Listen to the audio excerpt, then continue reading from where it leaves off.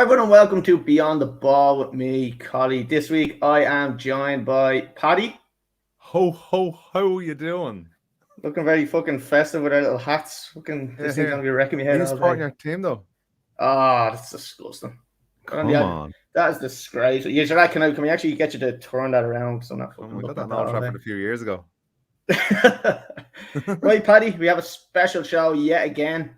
We have another guest on this week. I won't mess around, but getting straight in. So we have the former Bohemians goalkeeper. We've got a Bluebell club legend, and we have a newly appointed manager of Temple Oak United. Paddy, we're joined by Andy McNulty. Andy, what's the crack? Hey lads, thanks for having me. I was gonna do a little breaking news segment because I had your Tech United graphic done up, and I've made it up. I've put it up. I'm gonna use it. So something's in there, lads. Hold on 1 second.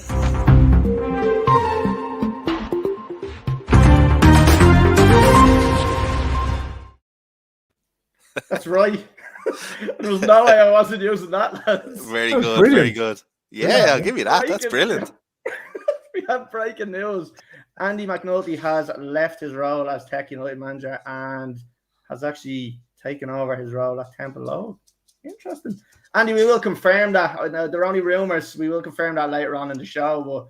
But we're going to jump straight into kind of getting our little chat on the way. So what I do want to ask you is, before we do on, where the screen switch. Sorry, it doesn't fucking suit you, Shane, right? Jesus Christ. You're upside down, Shane. The screens aren't switched. You're upside down. Turn your phone the other way.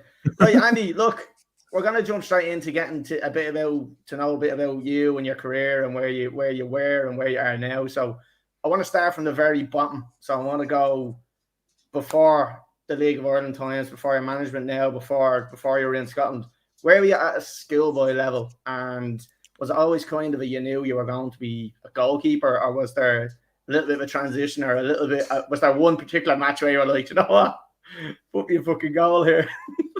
Yeah, that's exactly how it was. Well, so first and foremost, I'm born and bred Sandyford. So Sandyford St Mary's was my schoolboy team. I was there from the age of 4, from the academy right up to 16, 17 before I went away. So yeah, I owe a lot to the club. In fairness, they still very much hold a close place in my heart. You can see the dog jumping in the background there. Another special guest. I have mine on mute because you can hear my dog. I'd rather see a dog than hear my dog's barking like fuck downstairs. So. Yeah. So yeah, with Sandyford St Mary's. So look, I played right through my schoolboy days. We weren't the most sort of well-known schoolboy club or around the area. You know, we were competing with the likes of Wayside, Joey's and stuff like that, but we always had a half-decent team. But unfortunately with teams such as Mary's, whenever you get a half-decent player, they're sort of scalped off you pretty quickly. But no, we managed to keep a team together, and we brought it basically from the basement teams, from under 8s to 10s. And eventually we were up in the Premiers at 16, 17. So it was a good achievement for the club. I still believe we were probably one of the best schoolboy teams ever to come out of that club. You know, and I'd stand by that, to be honest with you. And we had some really, really good players who went on to have some good amateur careers across the country as well. So, yeah, and then played. How does that kind of transition into like making the move over to Scotland? I suppose, like, was there scouts kind of there, and you knew that you were aware of them there, or was that kind of just it kind of happened to just arrive, or what way did that work out? Initially, no. Like, as I said to you, we wouldn't have been anywhere on the radar of scouts, just because we weren't good enough. But from the years of maybe 13 to 15, we were rising up through the divisions, and we were playing in really, really good teams or against good teams in All Irelands and stuff like that. So that was how we kind of got the recognition, not through them coming to watch us, but coming to actually watch the opposition. So we were playing against really good Belvedere teams and Lourdes and Cherry Orchards and Joey's and stuff like that, and all the scouts would be coming to watch them. So you just kind of use that opportunity to try and get your nose in the window a little bit, and that's exactly how it happened. To be perfectly honest with you, there was a few games where we were kind of going toe to toe with some of the better teams across the country, and that year, there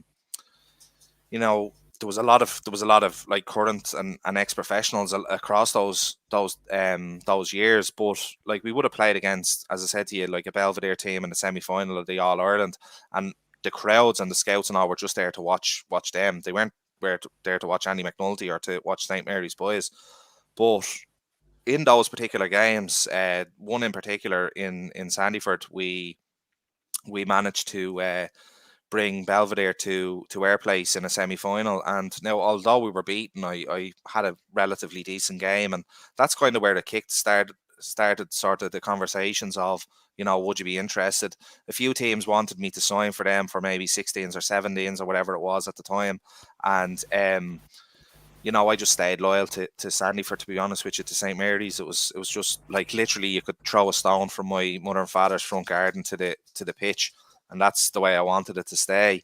And over the years, I just developed my own game. I started to get better and better, and it was only really when I got to maybe 16 I realised, like, there's a decent chance here of me actually progressing. I wasn't thinking anywhere near the levels of sort of professional football or anything at the time, but it was just one of those things that kind of developed over time. Sorry, I'm just going to text the missus now to get the dog out. Colly, you're on mute. Oh yeah, sorry. Just as well. That's the reason I'm on mute, is because my dog is fucking barking like shit as well. Like you kind of say there about like the scouts coming to watch the other teams, and you kind of stand out.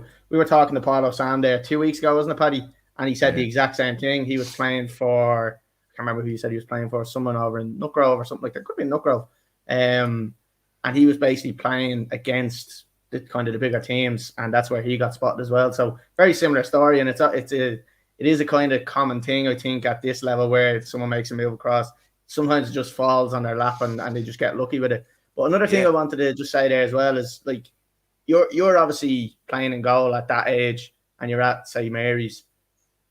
Like, you wouldn't have had a goalkeeping coach as such at that level. So you have to develop yourself as a goalkeeper at that age. Like there's no one that's kind of really taking it aside. Like, you'll have them lashing fucking balls at you all day, but there's no one that's giving you the technical stuff. So you have to credit yourself for kind of developing your own play, I suppose.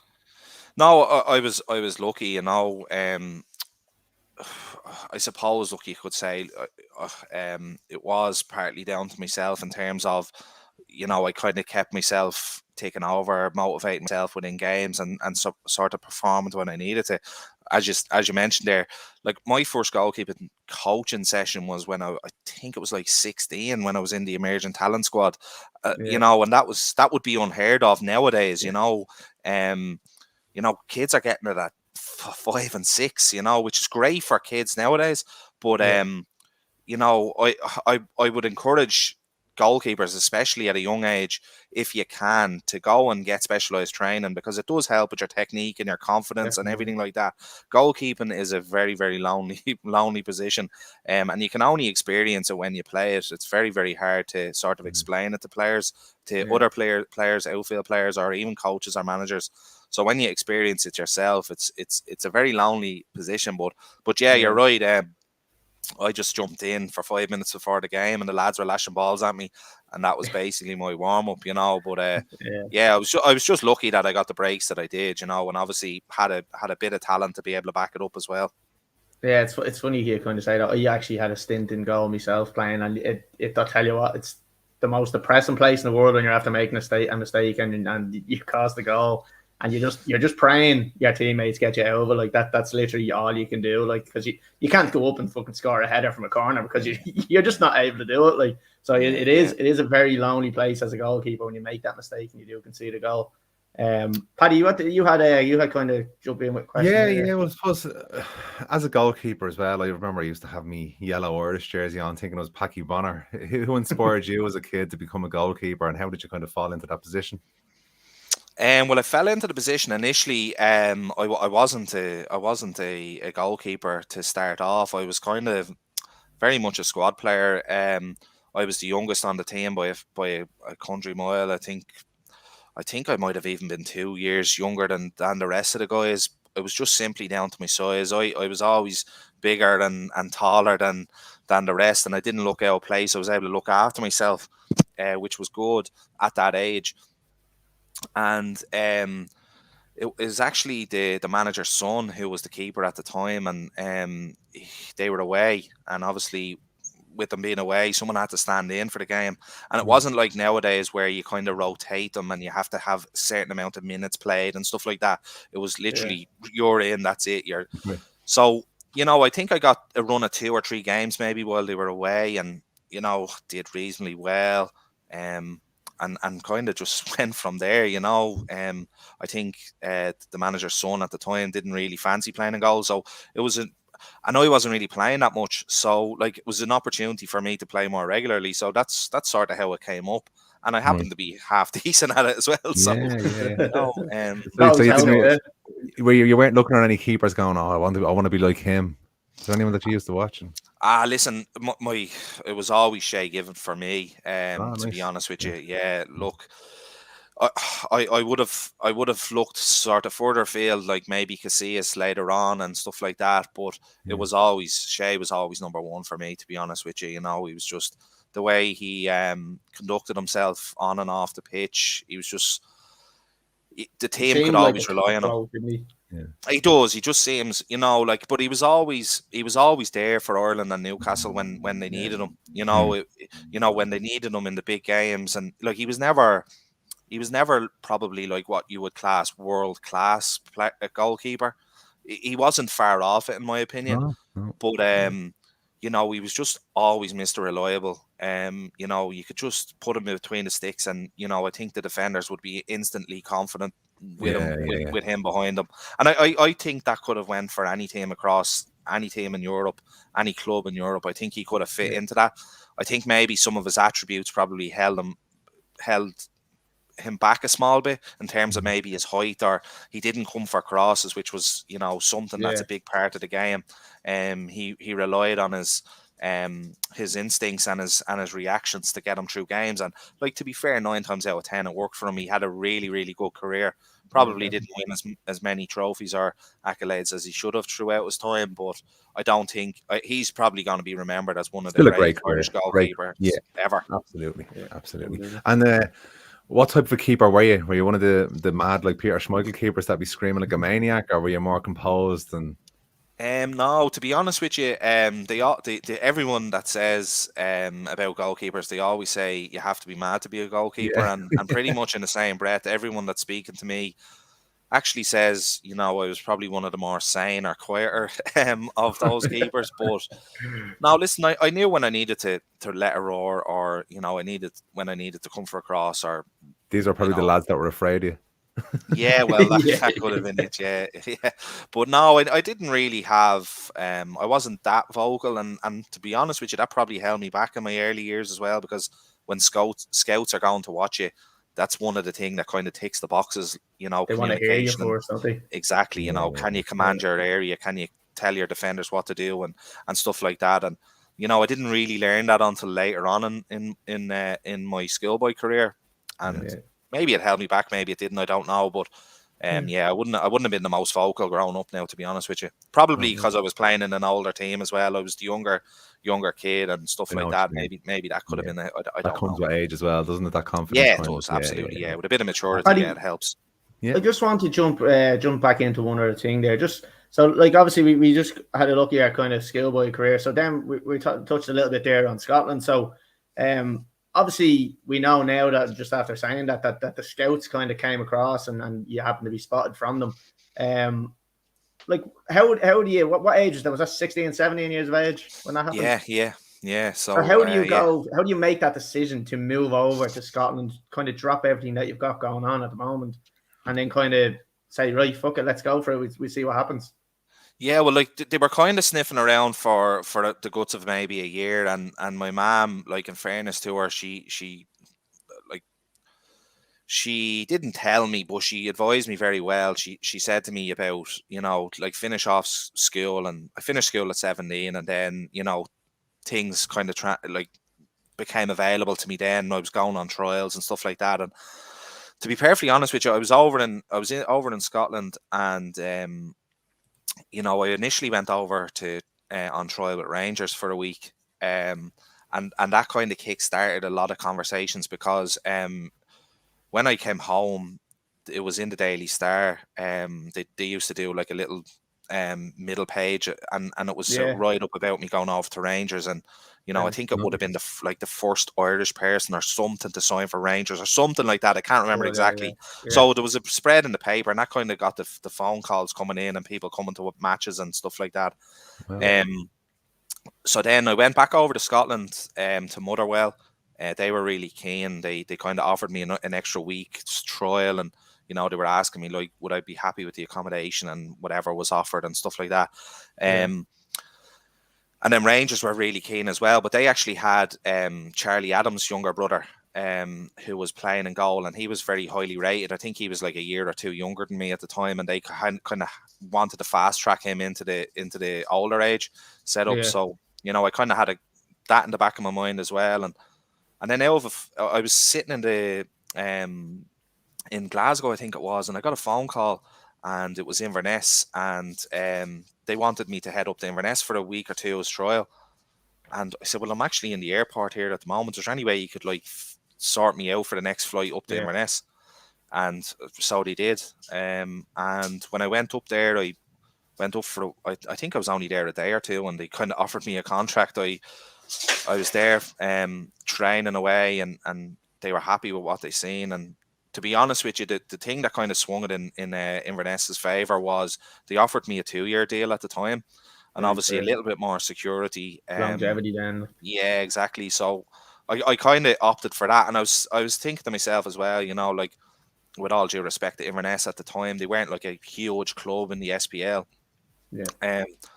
I was saying to myself that I might actually have a chance of playing, you know. So I was trying to factor all that in as well. And I suppose the rest is history. They offered me a contract. They sorted me out with Diggs that week, and I came home, packed my bag, and went back the following week and started pre-season within probably a week or so of finishing off the trial. So it was all fairly quick. Like, you know, my mother and father, they were a bit shocked, because I don't think they really thought it was going to happen. You know, they were just saying, look, he's going over for a trial. Best of luck, and you know, we'll be back. And how long did you stay over there for? And like, how did you manage as a young man? You know, the first time living out your home probably. You know, what was it like living over there? Did you live with the lads off the team, or? Yeah, so initially I went into a digs, and in fairness to Gillian, she was great. She used to cook our dinners and have everything ready for us. There was 5 lads in there, all who have gone on to do really well. Like, one of them is playing with Derby at the moment, Graham Shinney. He's playing with Wayne Rooney, doing really well with Derby at the moment. So the problem I had when I went over to the digs was I was a little bit older than the rest of them, so they were all playing PlayStations and consoles and doing all this stuff that kids do, but I was all that little bit more mature, a little bit older, and it wasn't really suiting me. So I went to the club and I asked, look, is there any chance I can move in with some of the older lads? And I ended up getting a digs across the way, across the city, and I was in a house then with 2 others who were a little bit older, so that suited me a little bit more, and I was able to settle in a little bit. But to be perfectly honest with you, it was tough. I know you hear of so many people talking about homesickness and stuff like that. Yeah, absolutely. I'm a homeboard. I love my mother and father's company. I love my family's company. Still do to this day. But that wasn't really a concern for me at the time, as brutal as it might seem, because all I ever wanted to be was a footballer. So I said, look, I need to stick it out and just do what I need to do, and basically go from there. You know what I mean? So. Sorry, the dog's running amok here. So yeah, look, I said, look, I'll see it out regardless for the first 6 months to a year and see how it goes. My brother, in fairness, he came over, he visited me. I think he came to like every second game, and he was brilliant. So he kept me kind of ticking over. Yeah, like he did it for my mom and dad as well, you know, to kind of keep them happy and sane as well. So it was brilliant from that perspective. I always had someone coming over, and I always had a flight booked probably every 3 or 4 weeks.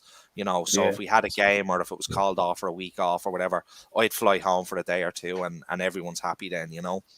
But in terms of actually being over there in full-time football, it was great when you're playing football. But you have to remember, when you're playing football, you're only playing football for like 20% of the day. It's very hard to fill the void, and kind of, to be honest with you, I haven't actually spoken to anyone about this ever before. But get that breaking news up again. Yeah, you fall into traps, loneliness. Like I was drinking quite a bit. I was gambling quite heavily. So like at the time, I just thought this was normal. Like I was getting money straight into my pocket. All the bills were being paid for me.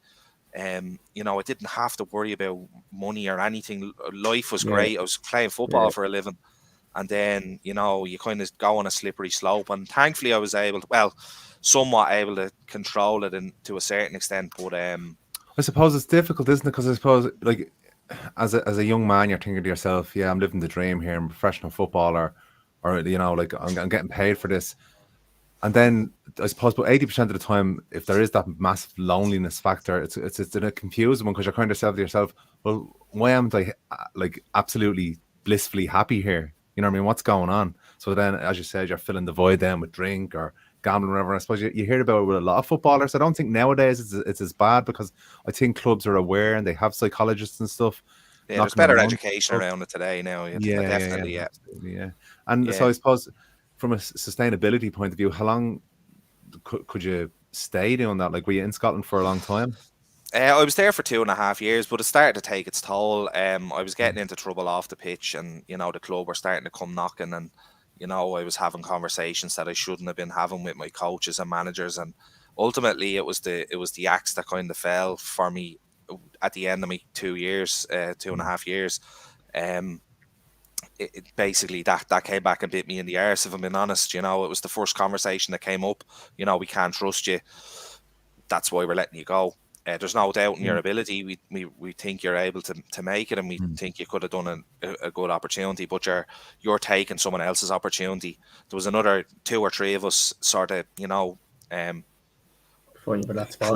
close in age, close in sort of fighting for positions in the 19s and in the reserves, and ultimately it came down to, they just couldn't trust me. And to be honest with you, I had kind of made up my mind maybe 6 or 8 months previous. There was an incident where I ended up in hospital because of drink and stuff like that, and it was just not a good place to be. And like my mother and father, my family were very concerned and stuff like that.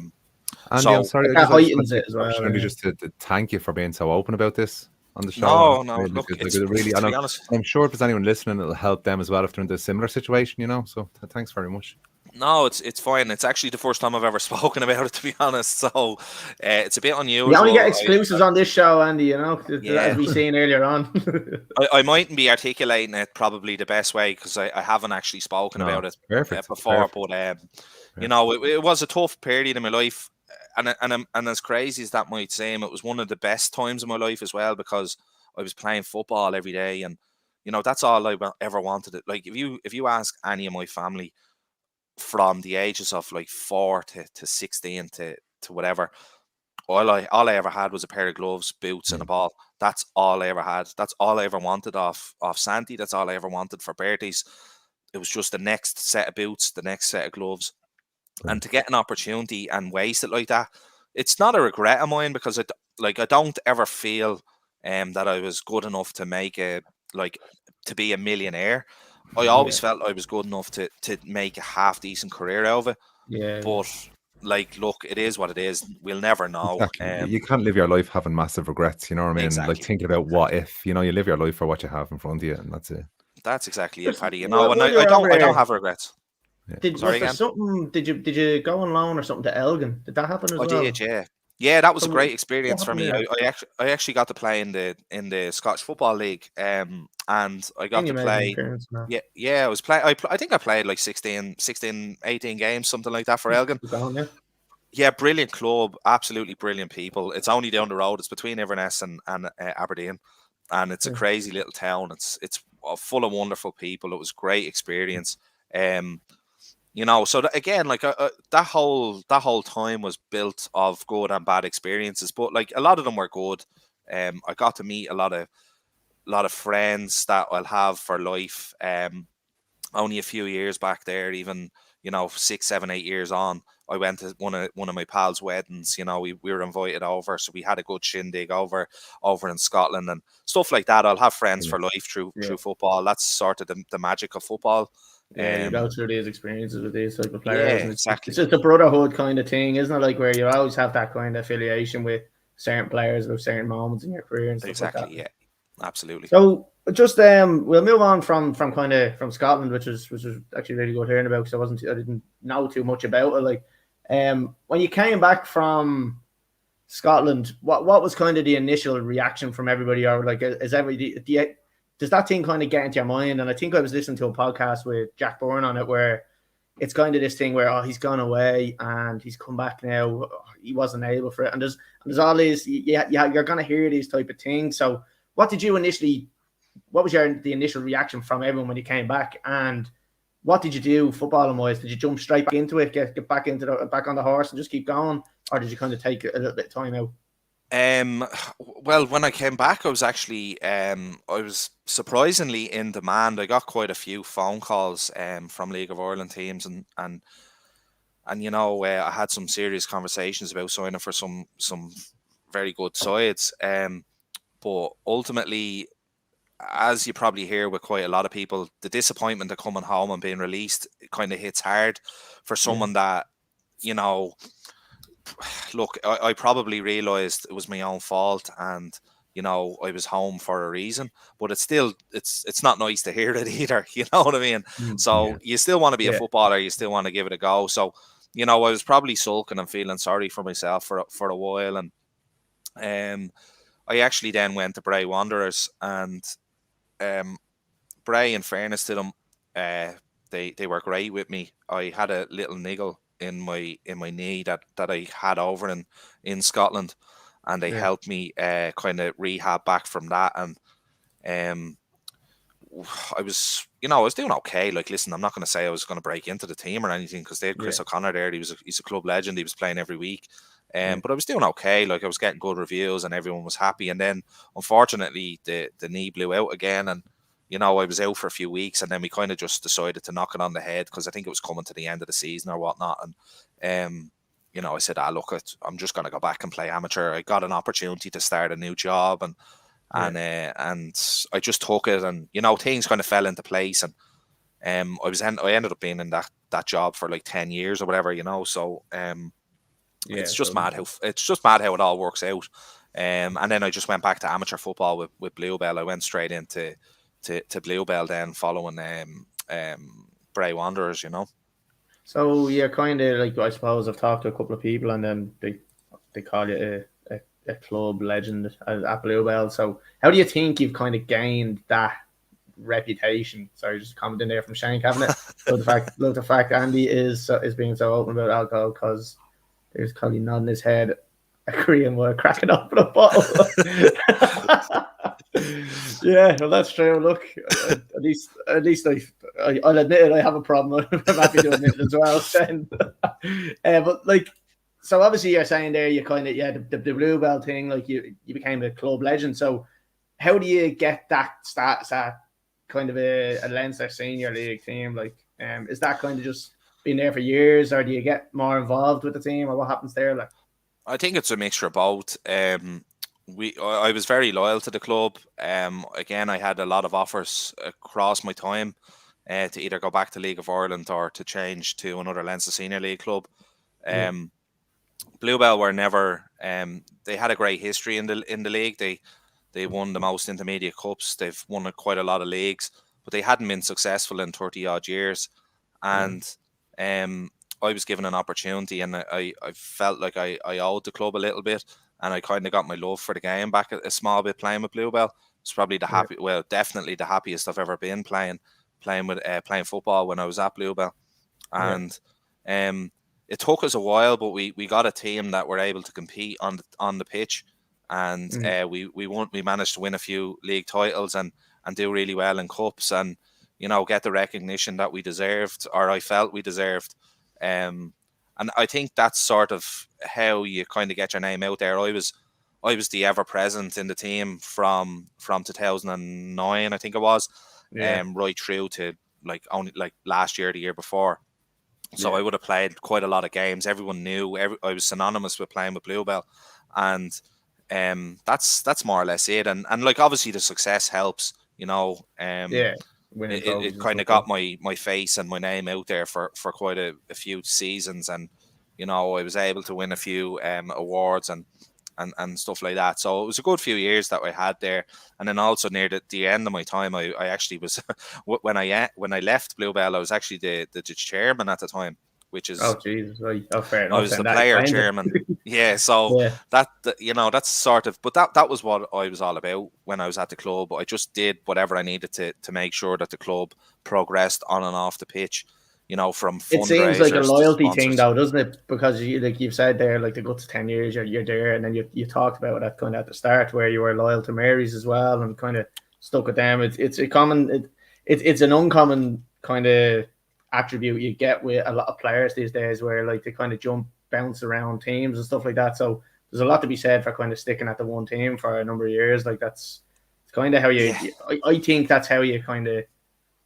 You grow a kind of certain thing for a club, and obviously you have that with Bluebell. Like there's a certain kind of you put in a bit more for the club. Like look, I grew to love the club. I still do. I still have a very fondness of the club, and I wish them all the best in the future. And I'll always go down. Like even only a few weeks ago, I was down watching their home games. I went in for a bite to eat. Spoke to all the old. Yeah, maybe. But speaking to the lads, there's a lot of familiar faces still around the club, and I left on good terms, which is always the best thing to do, in my opinion. I didn't burn any bridges, and I think I'll be welcome down there whenever I'm needed or whenever I want, and that's sort of my philosophy. Don't burn any bridges and leave on good terms. Get the gloves back on. No, I haven't played now in a couple of years, but look, you never know. You never know. Don't rule anything out. News. Get that breaking news out again.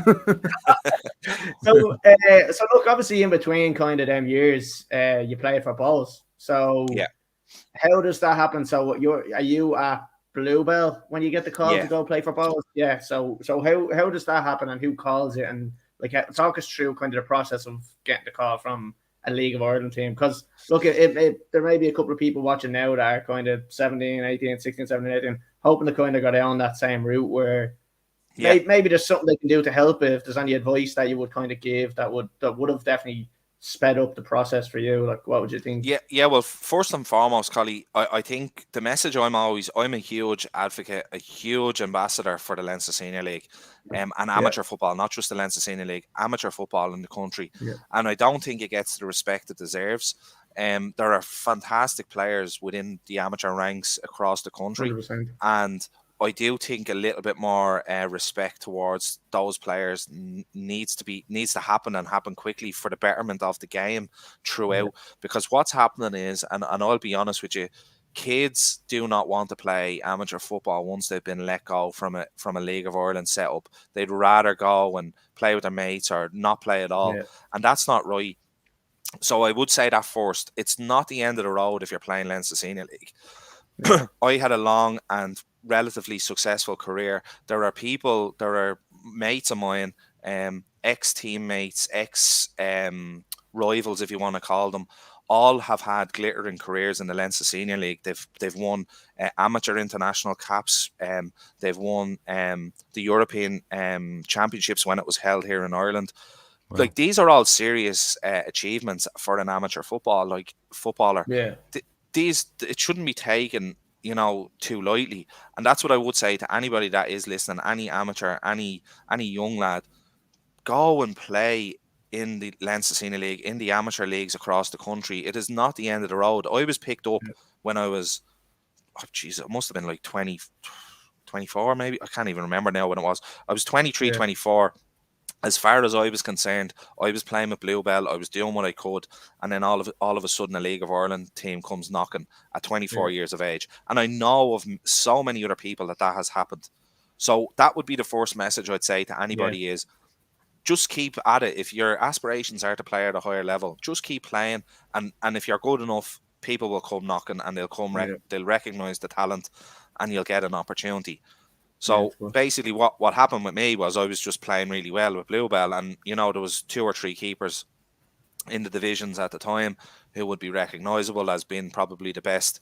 And keepers are very, very hard to come a decent keeper is very hard to come across. Rare breed. Now, especially nowadays, even more so nowadays. So obviously I was in demand, but look, to be honest with you, I wasn't in the physical condition to be playing at League of Ireland at the time.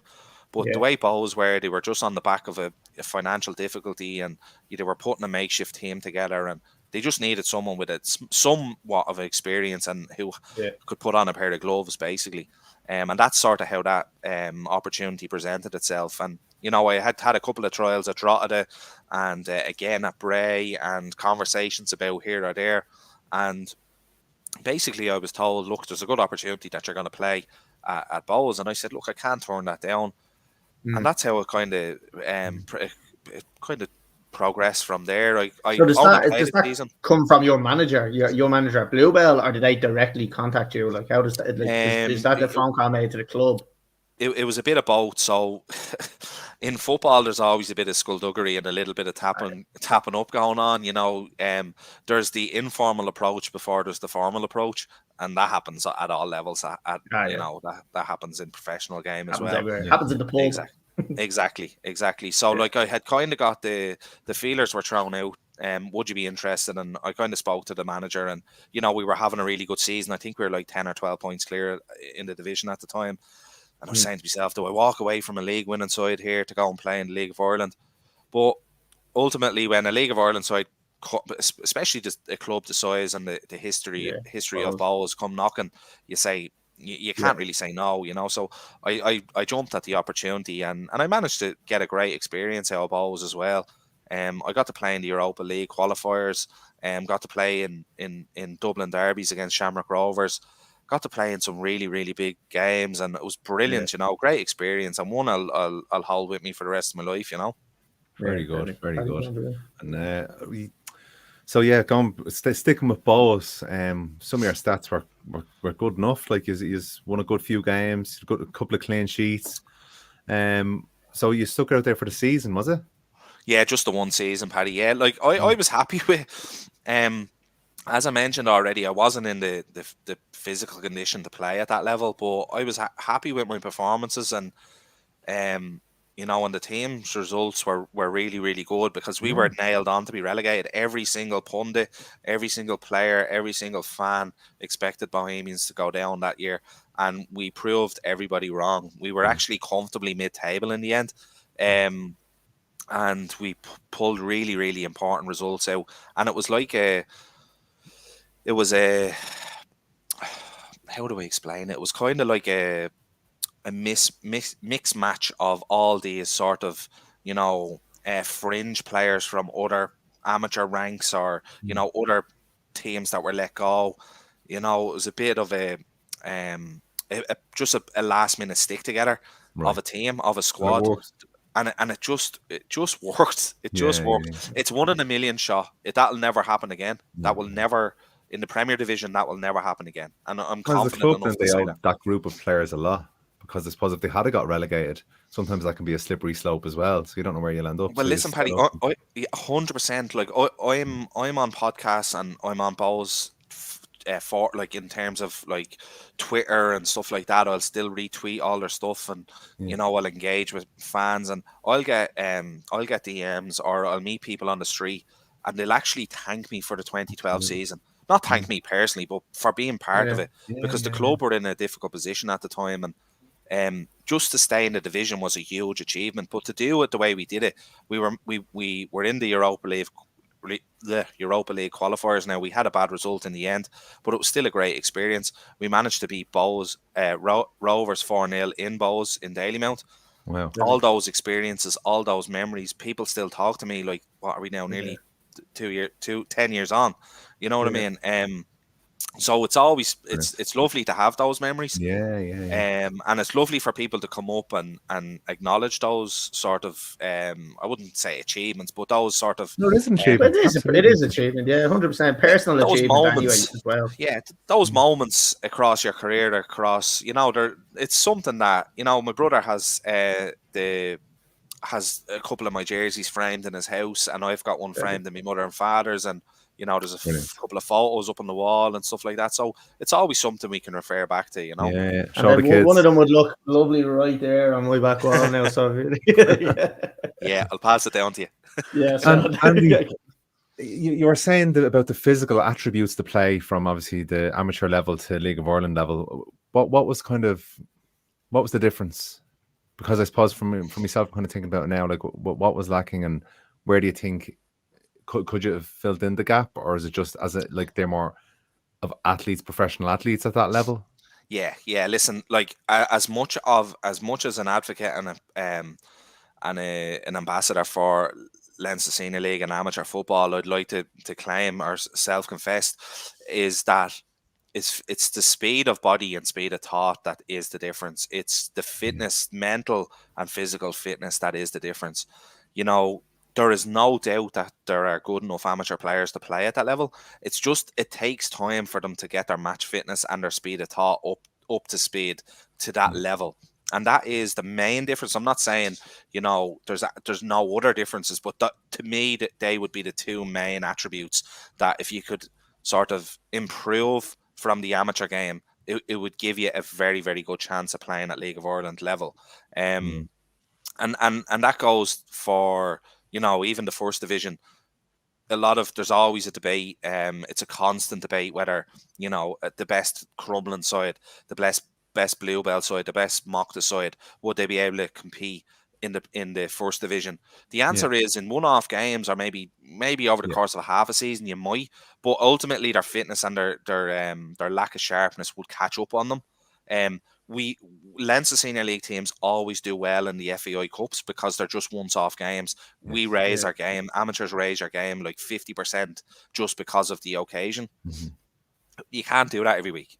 It's impossible. Physically impossible. Physically and mentally impossible. So to make that step up, you have to make lifestyle changes. You have to make physical changes. You have to commit to the level. And that's what I would always say to people that play League of Ireland, whether it's First Division or Premier Division, are seriously committed athletes. And that's how I describe them. Even though some of these lads have jobs, some of these lads are working 9 to 5 in An Post, delivering letters, climbing up and down ladders every day, and they go and play a football match on a Friday night. It's a serious commitment. It's a serious a lot of credit has to be given for that. Absolutely. And I don't think they get the credit they deserve either. Sometimes they're criticised a little bit too much, but they have to remember that these guys they're amateur footballers effectively. They're semi-professional footballers. And they have to travel the length and breadth of the country to get a few quid in, and to do what they want to do is obviously it's a young man's game now, to be honest with you.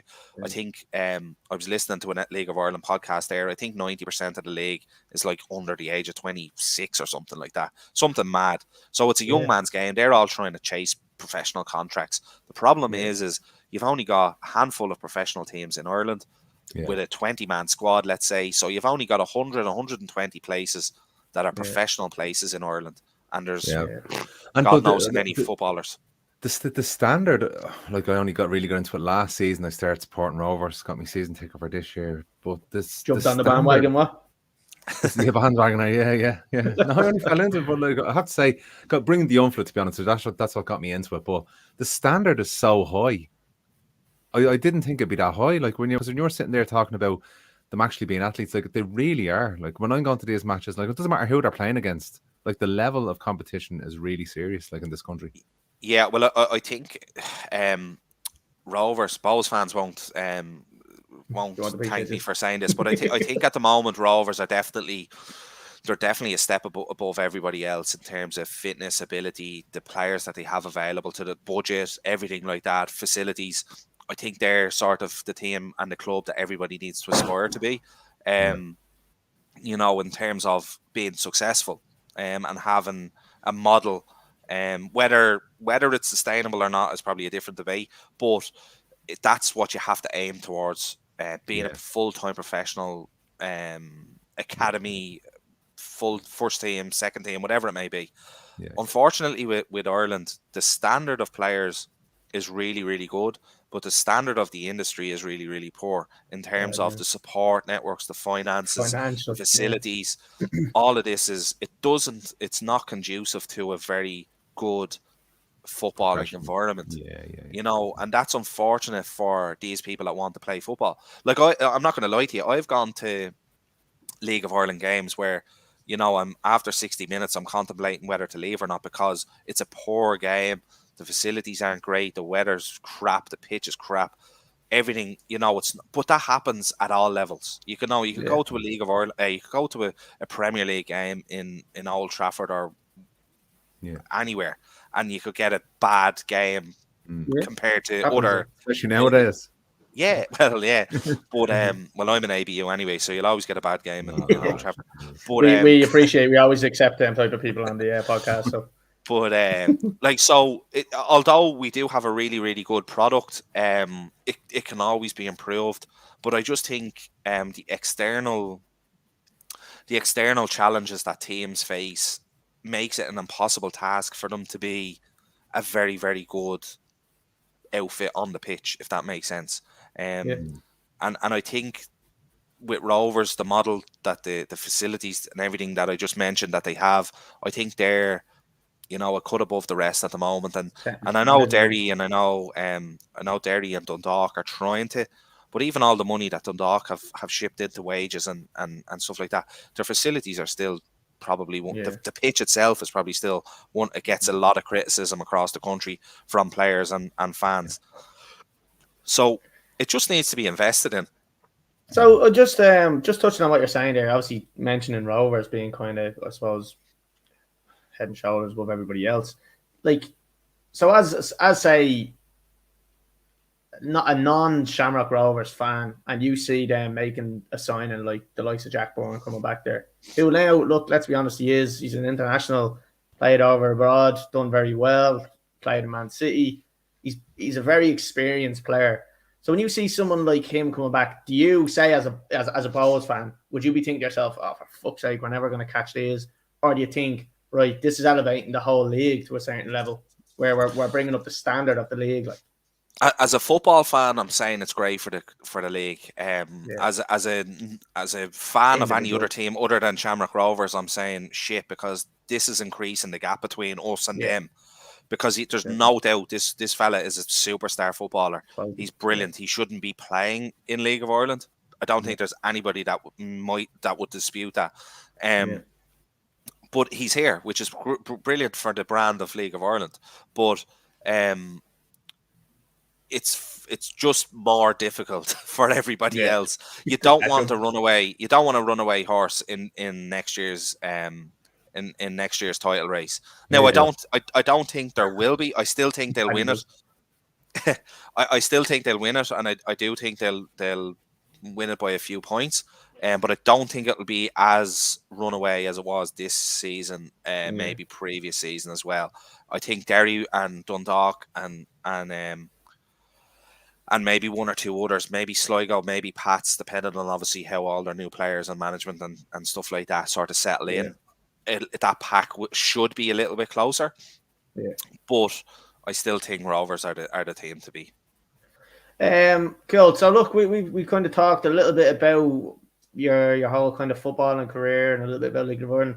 I think what we'll do now is just for the crack, we'll jump, because we have a few questions in from a couple of the followers on Instagram and stuff like that. So we'll maybe just go into them, and then we'll jump back to kind of, I say, we'll talk about your management side of things. So that's fine. We're going to just jump into a few questions.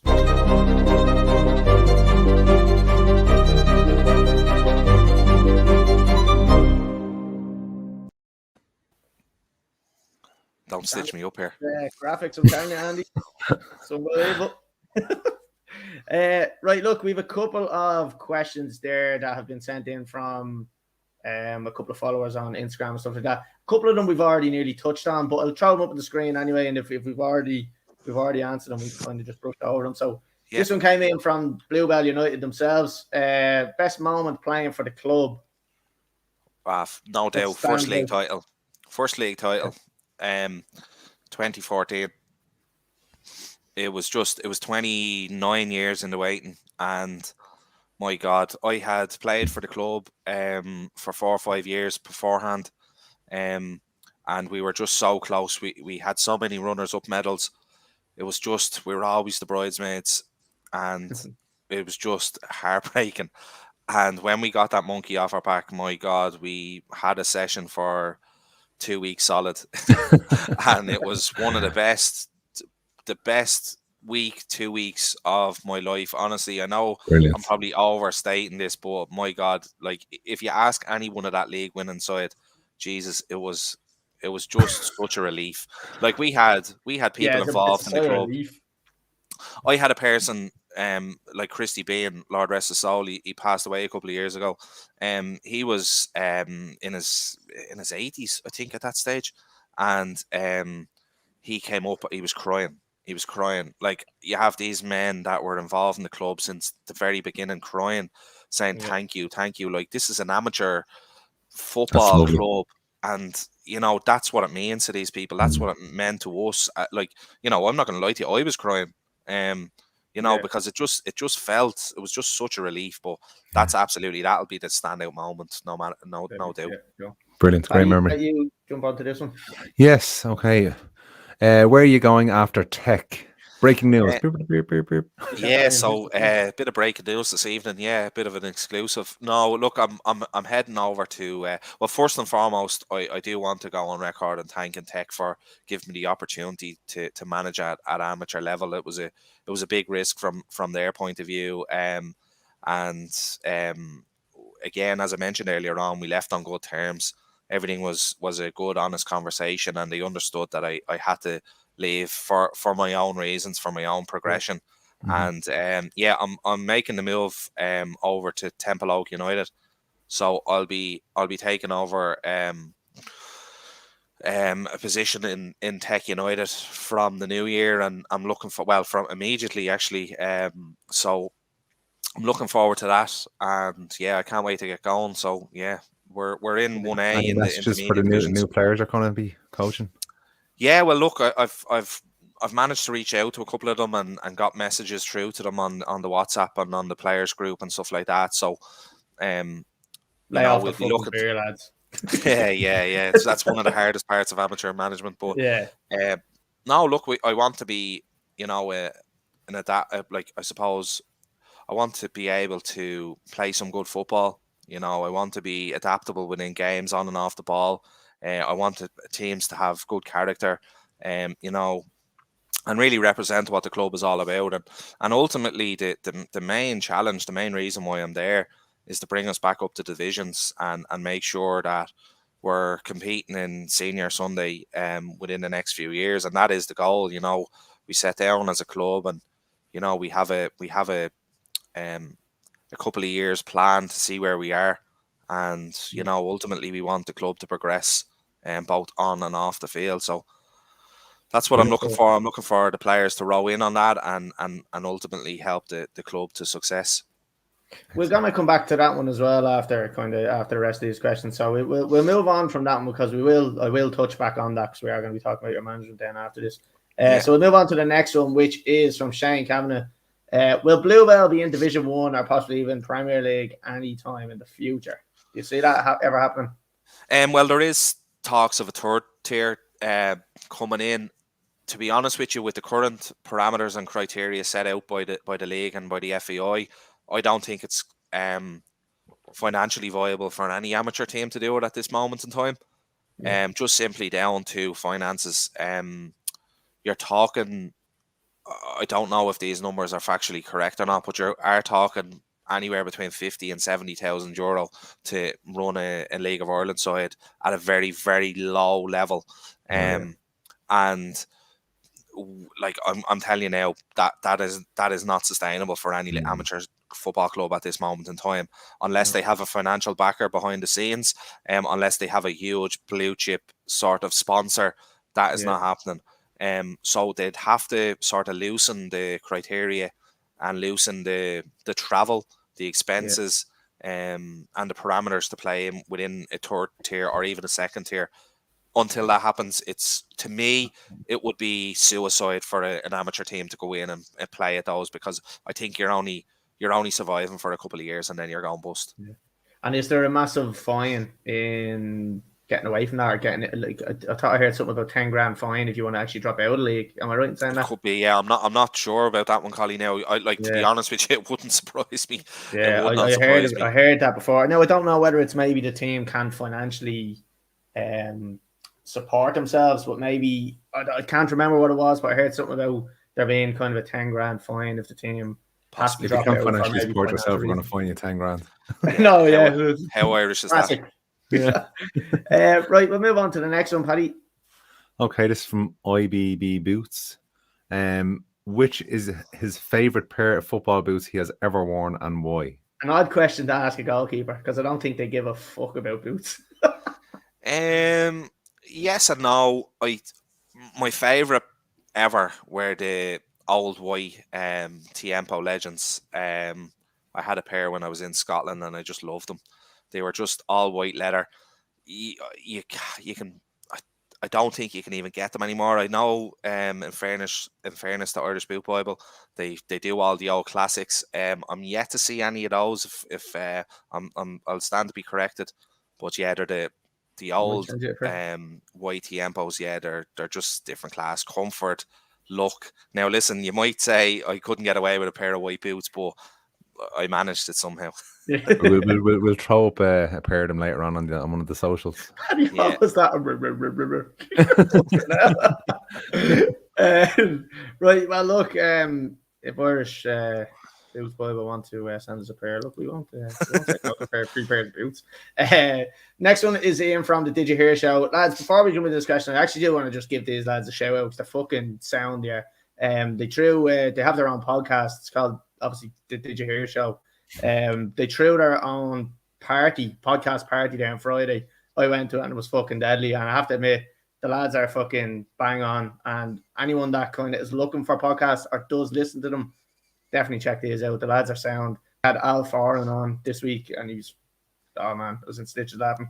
So definitely, if you have a podcast to kind of search for, it's that one there. But there you come in with, does he feel like the League of Ireland has grown in the last 5 years? So the whole league. Yeah, absolutely. Probably not as far as we would like. Being a football fan or a football supporter, we would have maybe preferred it to be, probably in a healthier position is probably the right term to use, or something along those lines. It definitely has in certain aspects in terms of like is it League of Ireland, LOI TV, or Watch LOI? Yeah, I can't remember which one it is. Having access to watch games remotely, that is a huge step in the right direction. In terms of other parts of League of Ireland, you could argue that there are some clubs that haven't updated their facilities, and some stands and some clubs are sort of going back in that direction. But I think overall the positivity and the support around League of Ireland has absolutely grown in the last 5 years. I think I mentioned earlier on off air the attendance at the FAI Cup final a couple of weeks ago. I think that speaks volumes of the support, and I think also as well Stephen Kenny being I've openly criticised Stephen, to be honest with you. I didn't think he was the right appointment at the time, and I think he had a bit of a shaky start and a shaky middle as well.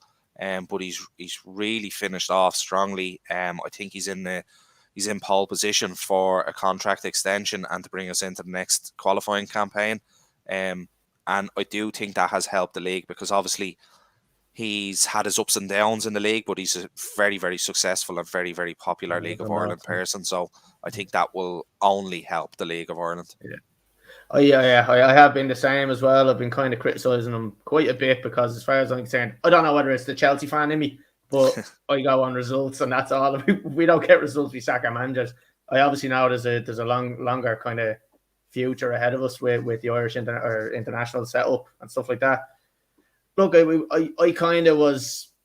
I suppose, Paddy, you called me a pessimist in one of the podcasts where I was kind of saying, right, let's not get too ahead of ourselves with Stephen Kenny. He got a couple of results against Luxembourg and Azerbaijan or whatever, and a couple of good performances.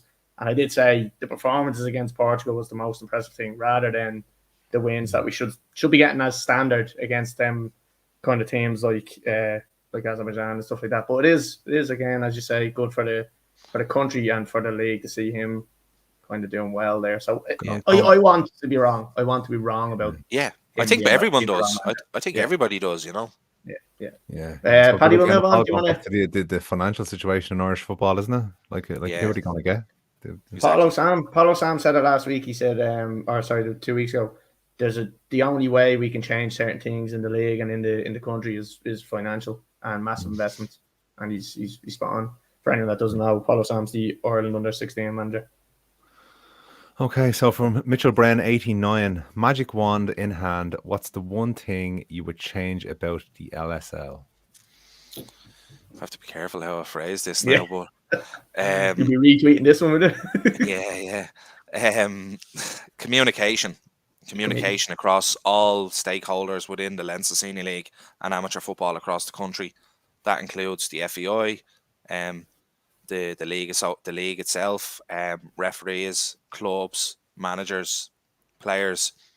I do think there's a forum that is required to make the league better.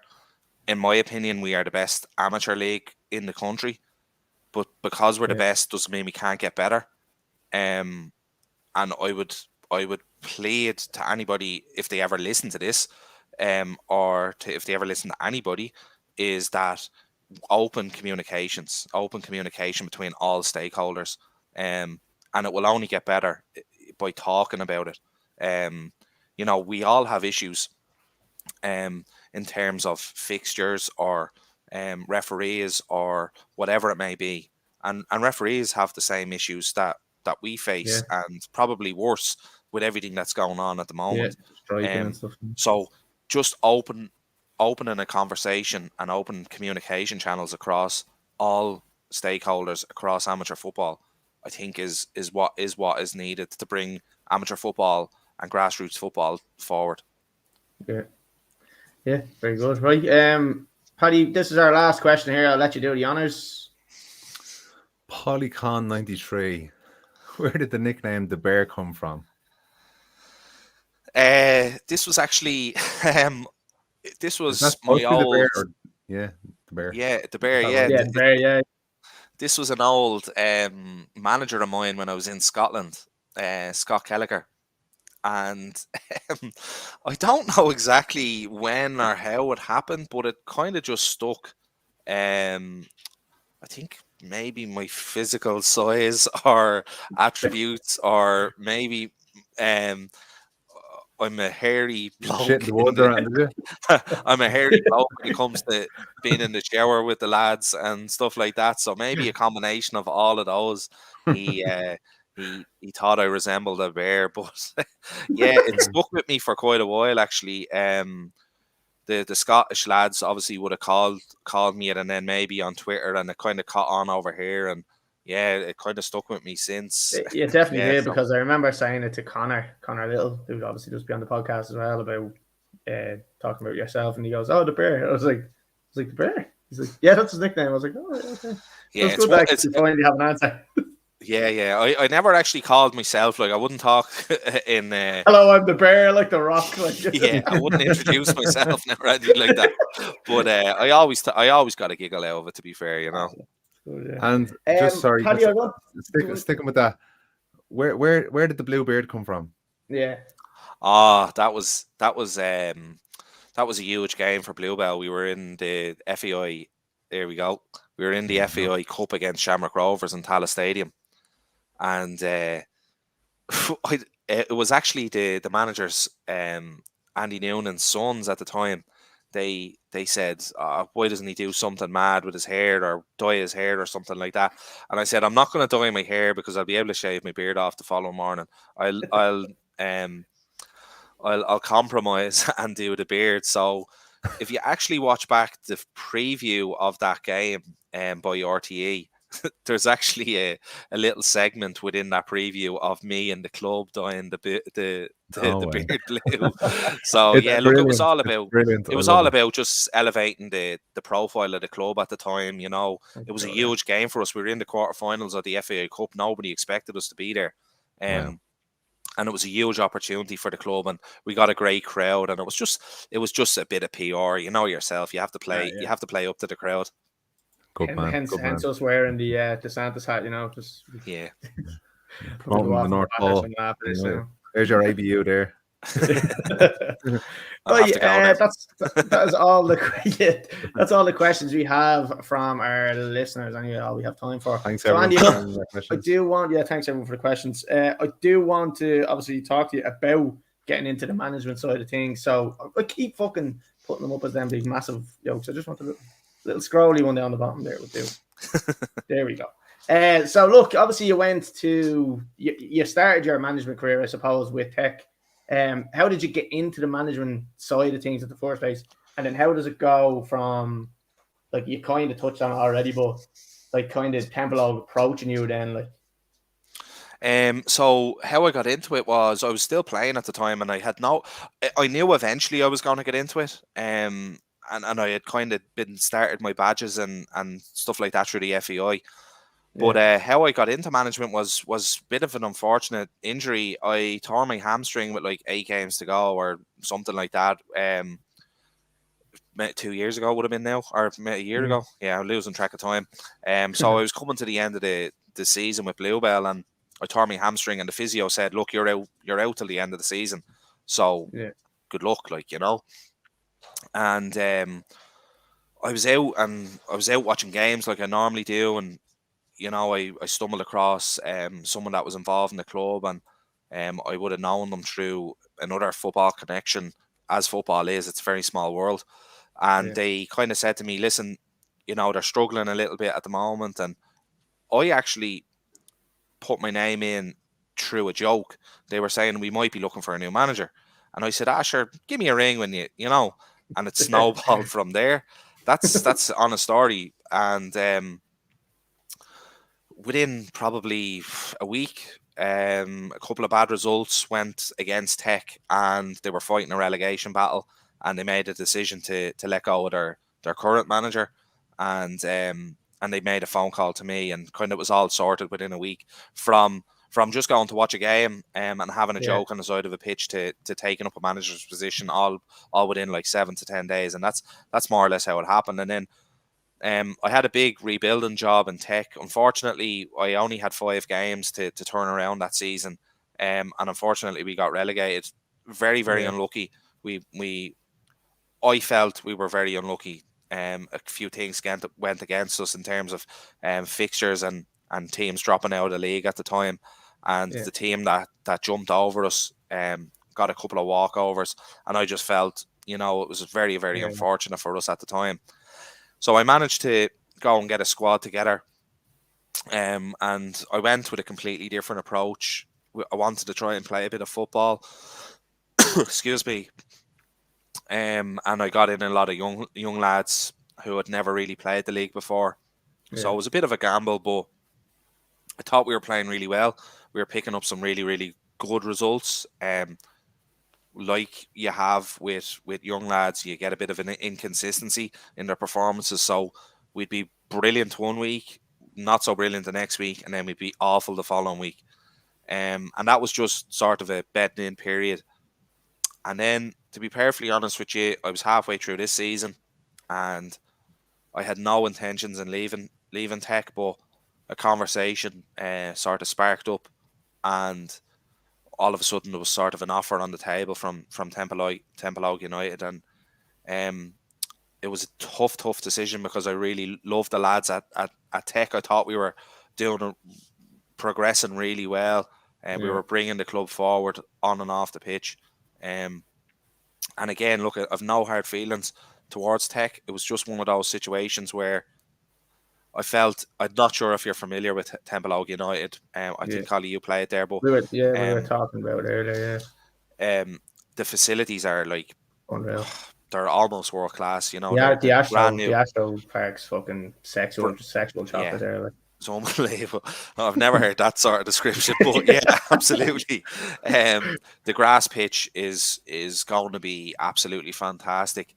I'd say close to €500,000 has been invested in those facilities over the last 12 to 18, 24 months, whatever it may be.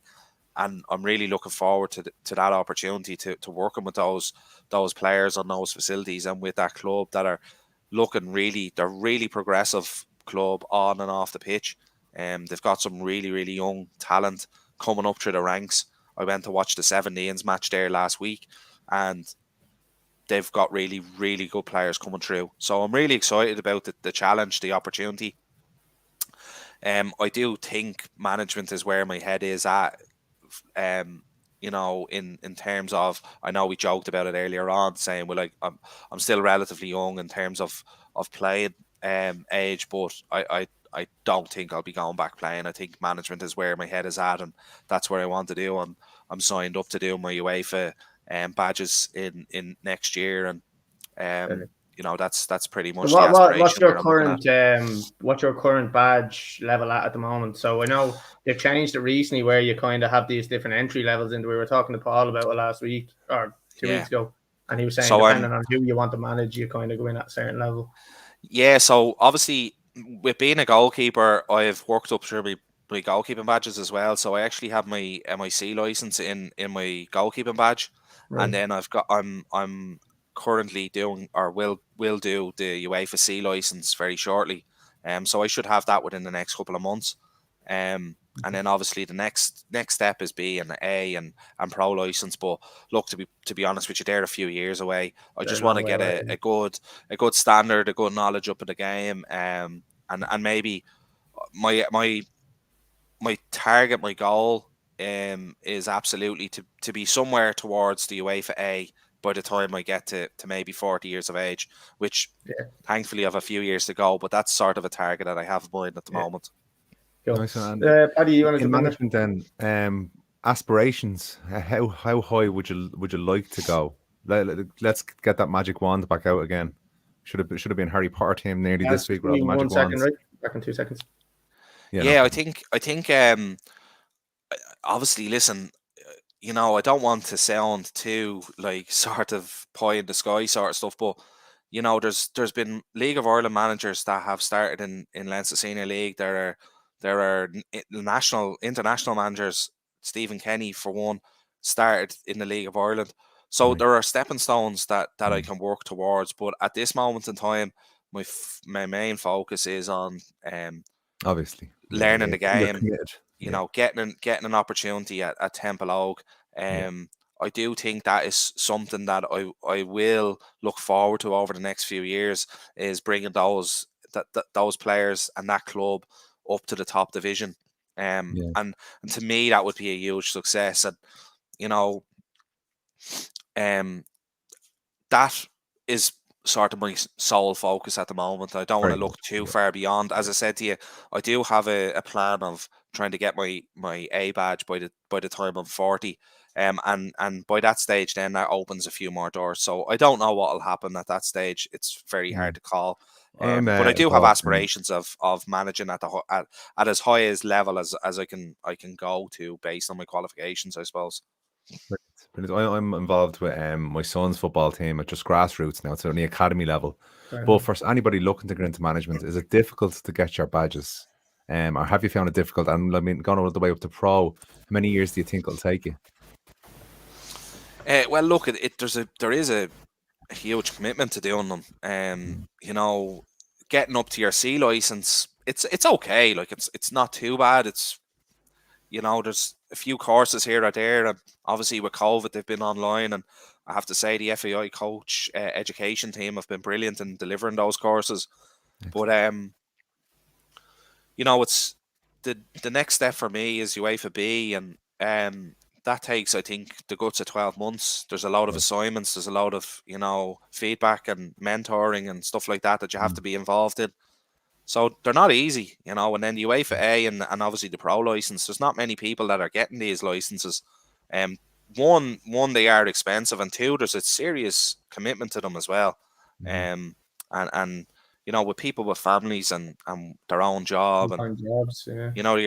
I think with the pro license, or even with the A, you have to take a week, 2 weeks, or 3 weeks, maybe even more. I don't know exactly the schedule, but you have to take time off work, and you're sacrificing maybe family holidays for upskilling your ability. So you have to factor all that in as well.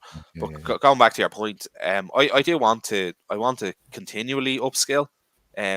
At what stage do I stop? I don't know. I don't know whether there's any point in me getting a pro license. I don't know whether there's any point in me getting an A license.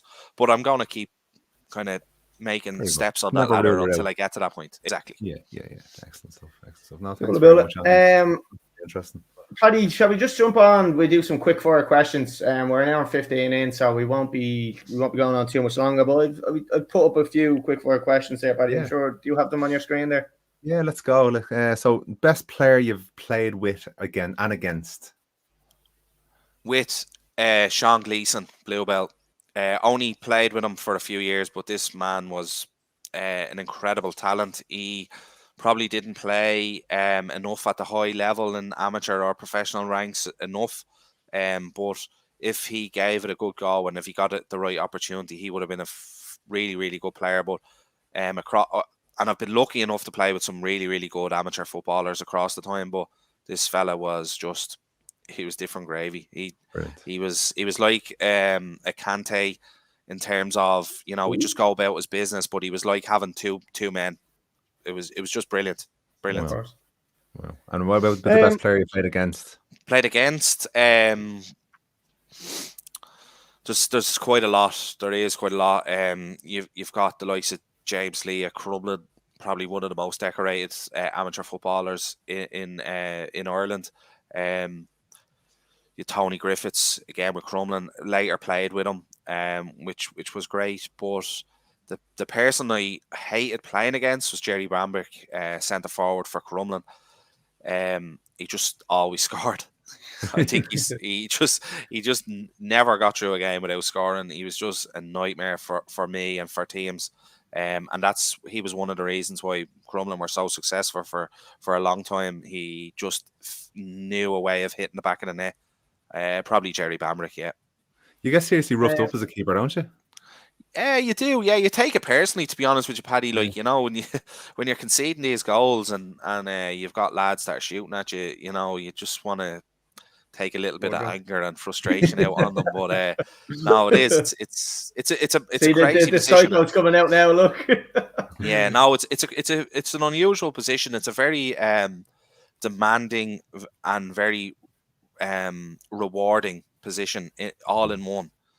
You know yourself, when you have a bad keeper or you're making mistakes, the magnifying glass is on you and you're just getting hammered by everybody.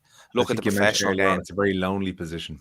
Very lonely when you're not playing well and things aren't going. Like, I've gone through games where I've said to myself, like, Jesus, I'm going to cost a goal here. I just don't get the ball away from me. Just don't come near me. And then other games, like you're pulling them out of the top corner, or you're making penalty saves to keep your team in it, and then it's just you're on top of the world. So it's just a mad position. Yeah. Psychology plays such a big part, doesn't it? Sorry, Colly. Sorry, go ahead. These sound very quick fire already, Paddy. Actually, yeah. It's very interesting. Sorry. Favorite moment as a player is it the winning the league with Bluebell? Yeah, absolutely, yeah. As a player, absolutely. Paddy? Right. Best manager you've had. Let's be quick here. Sorry, Colly's going to go to me. Best manager, Andy Noonan, just simply because he brought us 3 league titles in his time at the club. So yeah, absolutely. Cool. I'm gonna say the same. It's probably gonna be the same answer, but biggest achievement in football. Do you think that's playing kind of in Scotland, or would you reckon that's kind of playing with Bowls, or do you reckon it's still kind of winning the league with Bluebell? And well, I suppose if you look at it from a personal achievement, I probably would just about put winning the Intermediate Player of the Year, 2017, 16, something like that, 17. I thought that was a really, really good personal achievement for myself, because you're you're sort of selected between all the players in the league, basically. Yeah. And then I was in the top 3 of amateur players in the country. So I thought that year was a really special award for me, and like, and my family and my mother and father have been to games and helped me throughout the years and stuff like that. That was a really good personal achievement I had. But yeah, that'll probably qualify in that one. Cool. Very good. We've a couple here left, but one of them I've already asked you about, with the hopes of management career. So we've talked about that, but being an ABU, I think I know the answer to this one, but Messi or Ronaldo? Funnily enough, I am a huge fan of Ronaldo. Oh, come on! I am a huge fan of Ronaldo. Yeah, it's a tough one, and I do think Messi is the more naturally better footballer, but I would love Ronaldo to be on my team. If I had a choice in the morning and I could get him to 10 below United, I'd probably take Ronaldo. Prime. In their, can I just ask in their prime? Yeah. Still Ronaldo. In their prime, I think I'd probably still take Ronaldo, yeah. So would Lampard, Colly. I just wanted everyone to know Andy won't be back on this podcast. It's a hard one. It's like asking which leg you want amputated. Yeah, exactly. Yeah. Look, I just have one more that I want to ask, because it's Paddy. It's one I don't have put down here, but I just think it'd be funny if you got rated low. I don't know if you've ever seen Connor Little as a goalkeeper, and if you have, what would you rate him out of 10? I've seen him a couple of times, yeah, and we've probably played against each other, to be fair. I want harsh ratings here as well, by the way. We know we said between 1 and 10, but you can only go between 1 and 3. Can I do minuses? Yeah, I love it. I'll give him a solid -5. I love that. Yeah, excellent. You can clip that now, Colly. Clip it and send it out. Sorry, Connor. Let's get clipped. Right, look, we'll end at that, because I don't want Andy to come in and say, I know he's good. We're gonna end at that. Andy, look, it's been a fucking pleasure talking to you. I'll probably be talking to you tomorrow, because I'll probably see you walking down to my van in the morning or something. So I definitely want to say thanks for coming on, because it was a fucking brilliant chat. Got to know a lot about you that we kind of didn't know, football and wise anyway. So on behalf of myself and Paddy, would like to say thanks for coming on. Yeah, cheers, Andy. We'll definitely get you on again. 100% get you on again if you're interested, if you enjoyed it. I'm hoping you say absolutely. Yes. I love the show, lads. So I tune in every week. Not live, but I'll watch the shows back when I get an opportunity. But now keep up the good stuff, lads. Good content, and you're always a good laugh to listen to. Oh, thanks so, Andy, appreciate that. Just make sure for Andy's great. Yeah, I'll send that. I'll pop that €50 on your letterbox later. For anyone that's watching, if you are watching on YouTube, just make sure you hit the subscribe button. Hit the little thumbs up thing as well, and then the little bell yoke as well. That apparently they do good stuff. But we are here every Tuesday at 8:30. And we will be getting a load of guests kind of on in the next couple of weeks as well. And we've already had Rovers legend Mick Bourne. We've had under 16 manager Ireland, or under 16 Ireland manager Paulo Sam.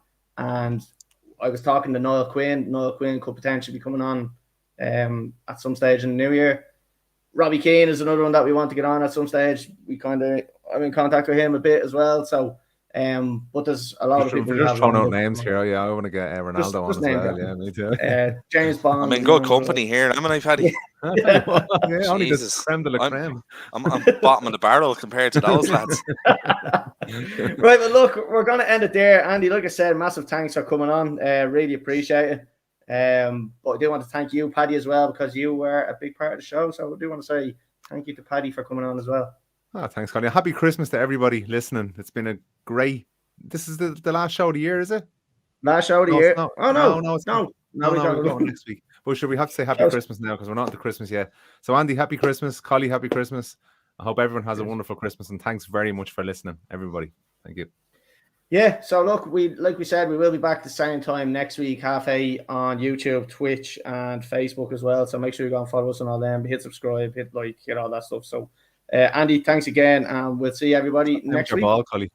Thanks, lads.